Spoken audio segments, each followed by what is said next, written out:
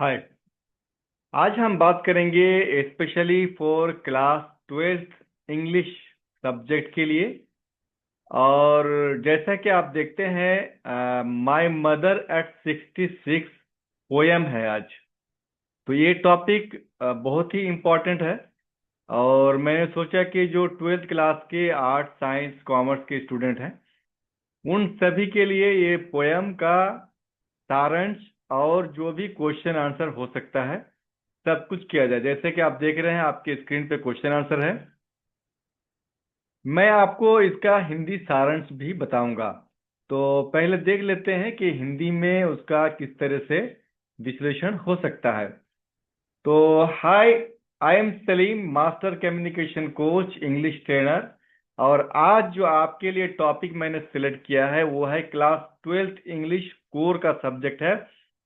और उसमें से लेसन है माय मदर एट 66। ये पोयम है, राइटर का नाम है कमला दास। और मैं राइटर के बारे में भी आपको नोट्स दूंगा। और आपको अगर आप मैसेज करेंगे तो आपको व्हाट्सएप में भी मिल जाएगा।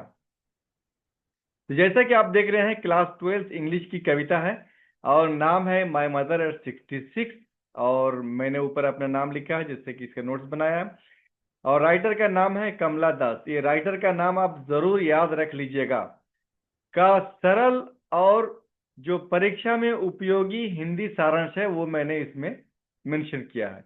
तो चलिए देखते हैं इसको वन बाय वन करके। कविता का हिंदी सारांश। ये है राइटर का नाम कमला दास। माय मदर एट 66 में कवित्री कमला दास वृद्धा होती माँ के प्रति गहरी संवेदना, प्रेम और डर को व्यक्त करती हैं। आप अगर चाहें तो इसका इंग्लिश लाइन भी है मेरे पास, मैं आपको पढ़ के भी बता सकता हूं। जैसे driving from my parents home मतलब माता पिता के घर से, टू कोचिन जो जगह है एक जगह। Last Friday morning I saw my mother beside me, dose open mouth, her face action like that. तो ये भी आपको मिल जाएगा स्क्रिप्ट में।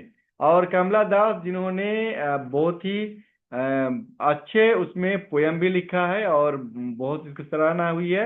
और इनके और भी नॉवेल फेमस है जैसे अल्फाबेट ऑफ लस्ट। और स्टोरीज हैं पद्मावती और द हरल्ड। और भी बहुत सारे इनके मतलब जो इन्होंने लिखा था उसके बारे में है। तो चलिए पहले आप देख लेते हैं इनका जो अभी हिंदी का सारांश है। ठीक है।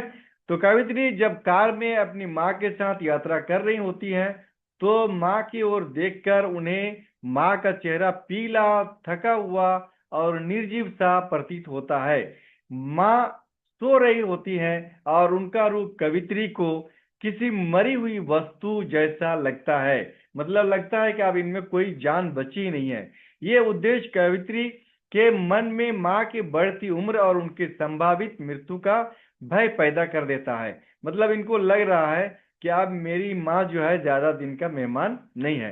अपने मन के दुख और भय से ध्यान हटाने के लिए कवित्री बाहर का दृश्य देखने लगती हैं और उन्हें बाहर दौड़ते हुए पेड़ और हंसते खेलते बच्चे दिखाई देते हैं जो जीवन, ऊर्जा और युवा अवस्था के प्रतीक हैं। इसके विपरीत माँ का चेहरा वृद्ध अवस्था और जीवन के अंत की ओर संकेत करता है।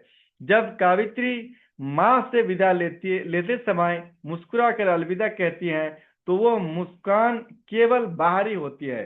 मतलब मुस्कान जो है उसमें कोई जान नहीं दिखती। उनके मन में माँ को खो देने का गहरा डर छिपा होता है। ये कवित्री वृद्धावस्था, मृत्यु के भय, माँ बेटी के स्नेह और जीवन की सच्चाई को अत्यंत भावुक और प्रभावशाली ढंग से प्रस्तुत करती हैं। इसका इंग्लिश टेक्स्ट आपके बुक में भी मिल जाएगा लेकिन हिंदी प्रस्तुतिकरण आपको यहाँ से मिल जाएगा। तो जैसा कि आप देख रहे हैं, आप चैनल देख रहे हैं सलीम सर का the digital English lab YouTube में। अगर आपको अच्छा लगता है तो डेफिनेटली आप इस चैनल को सब्सक्राइब कर लीजिए। और अब आपको हम ले चलेंगे इसका क्वेश्चन आंसर और इसके बाद आपको कुछ वर्ड मीनिंग भी देंगे। और जो भी जो राइटर हैं इसके कमला दास उनके बारे में भी आपको बताएंगे। तो जैसे कि आप देख रहे हैं सलीम सर, टीचर आर के +2 हाई स्कूल पाटन। और लेसन का नाम है माय मदर एट 66। और 10 इंपॉर्टेंट क्वेश्चन उनमें से सिलेक्ट किया गया है आपका इंग्लिश कोर का सब्जेक्ट में से। तो पहला question, who is the poet of the poem my mother act 66। तो पोएट मतलब कवित्री का नाम पूछा गया है। तो the poem is written by Kamala Das. तो ये इसको आप लिख लीजिए और मैं फिर आपको सेकंड क्वेश्चन का भी एक्सप्लेनेशन देता हूं। Just 1 minute.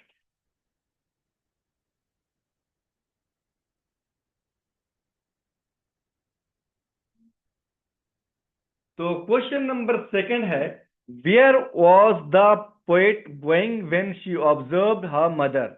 तो वो पोएट जो है उस टाइम कहाँ जा रही थी, ठीक है। तो आंसर है, the poet was going to the airport while sitting in the car with her mother. वो एयरपोर्ट की तरफ जा रही थी और उनके साथ उनकी माताजी भी बैठी हुई थी।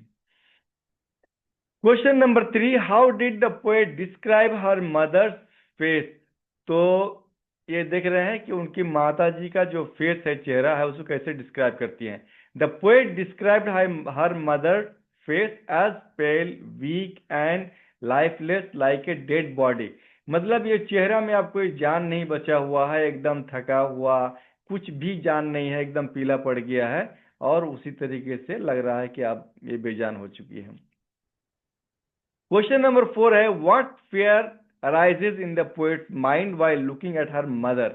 अपनी माता को देखती हैं तो उनको क्या डर सता रहा होता है, ठीक है।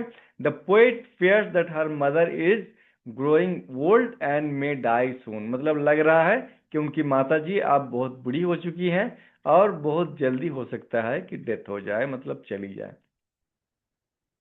Question number 5, why does the poet look outside the car. मतलब कार के बाहर क्यों देखती हैं जो कवित्री हैं।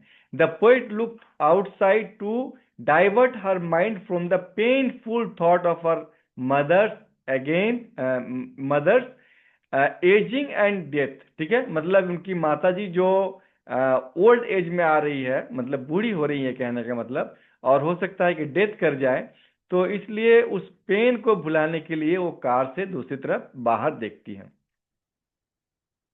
क्वेश्चन नंबर 6 आप लिख लीजिएगा, what do the running trees symbolise in the poem. तो जैसे आप गाड़ी से चलेंगे तो जो पेड़ दिखते हैं, तो गाड़ी आगे बढ़ती है तो लगता है कि पेड़ भी पीछे की ओर दौड़ रहा है। तो इससे क्या सिंबल, मतलब क्या प्रतीक है इसका। द रनिंग ट्रीज मतलब जो पेड़ पीछे जा रहे हैं, गाड़ी आगे जा रही है, symbolise youth, energy and the fast moving life. मतलब ऐसा लग रहा है कि जीवन कितना फास्ट मूव कर रहा है और एनर्जेटिक है, युवा अवस्था में है, ये सब उसका मीनिंग है। Question number 7, what do the children playing outside represent. The children represent Joy, innocence and youthful life which contrast with old age. तो जो बच्चे हैं, मतलब वो रिप्रेजेंट करते हैं कि वो इंजॉय कर रहे हैं और बहुत ही मासूम है और यूथफुल लाइफ है। वो इस क्वांटर द ओल्ड एज, मतलब ये है कि जैसे एक तरफ बूढ़े हैं, उसका अपोजिट है कि बच्चे लोग इंजॉय कर रहे हैं, यंग हैं। क्वेश्चन नंबर 8 है, why does the poet smile and से सी यू सून अम्मा। ये अम्मा का वर्ड इसमें यूज किया गया, why does the poet smile and से। मतलब क्यों स्माइल करके वो ऐसा बोलती है कि सी यू सून, मैं आपको बहुत जल्दी फिर मिलती हूँ। The poet smile to hide her fear and pain and to give her mother emotional strength.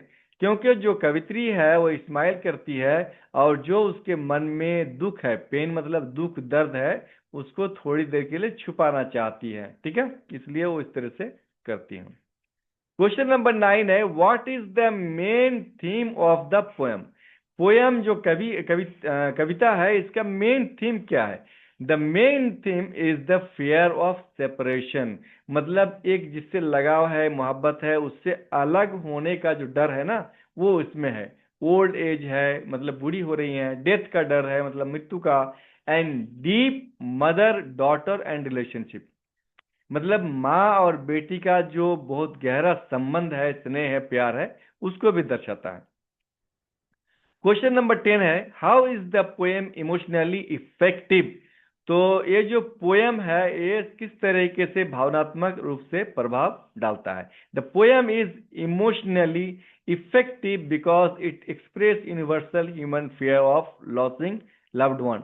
क्योंकि ये पूरी दुनिया में ऐसा होता है कि जिसको आप प्यार करते हैं या लव करते हैं, अगर उसको खोने का डर है तो जाहिर सी बात है मन में तो आएगा ही। चलिए आप जान लेते हैं जो आपका राइटर है उसके बारे में थोड़ा सा। जैसा कि आप देख रहे हैं, मैंने आपके लिए नोट्स बना दिया है। राइटर का नाम है कमला दास। तो कमला दास 1934 से लेकर 2009 was one of the most prominent Indian poet writing in English. ठीक है, तो बहुत ही जाने माने राइटर थे इंग्लिश पोएम में, और जैसे कि मैंने उनका शॉर्ट स्टोरी और नॉवल के बारे में बताया। She was born in Malabar Kerala, Kerala में मालाबार जगह है वहां पे पैदा हुई थी। And was also known by her pen name Madhavi Kutty. उनका एक पेन नेम था, उन्होंने रखा था, ठीक है, माधवी कुट्टी, इन मलयालम राइटिंग। तो her poetry is known for its deep emotional intensity. बहुत ही जो है, बहुत ही जिसमें भावनात्मक वो होते थे, उस तरह की चीजें लिखते थे। और भी लास्ट में आया कि मदर एट 66 जो है इनका बहुत ही फेमस था, उसी में से इसको लिया गया है। अब आपको हम ले चलते हैं